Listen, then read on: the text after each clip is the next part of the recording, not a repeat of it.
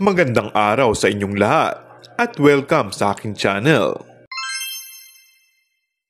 Finally, napaamin ng kapamilya aktor na si Paolo Avellino tungkol sa tunay na lagay ng kanyang puso ngayon.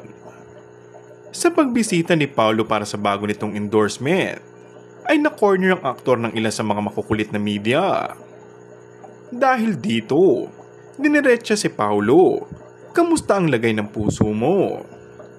Masayang masaya, nakangiting sagot ni Paolo. Ayon pa sa aktor, sinasabi niya sa kanyang malalapit na kaibigan na aniya, "Nagkukwentuhan kami about everything.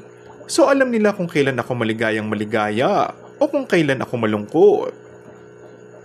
Hindi naman tumigil sa pagtatanong sa aktor.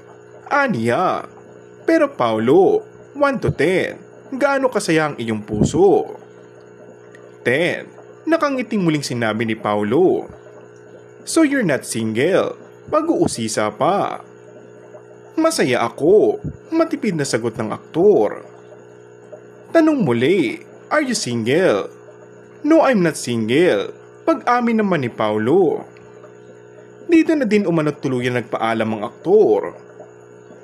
Samantala, marami naman ang kinilig sa pag-amin nito ni Paolo. Hindi man pinangalanan, ngunit sure naman na si Kim Chiu ang tinutukoy na nagpapasaya sa puso ngayon ng aktor. And that's all for our today's video.